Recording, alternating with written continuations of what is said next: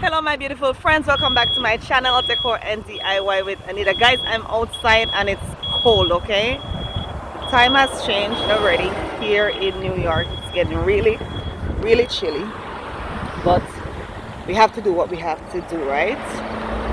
So I'm on the road and I'm going to go into Burlington. I have to go into Burlington and I have to go to the Dollar Tree to pick up a few things that I need. I'll definitely take you along with me just to show you what's inside the store. And so stick around. I'm gonna cut the video for a little bit, but I'm coming back on soon, okay?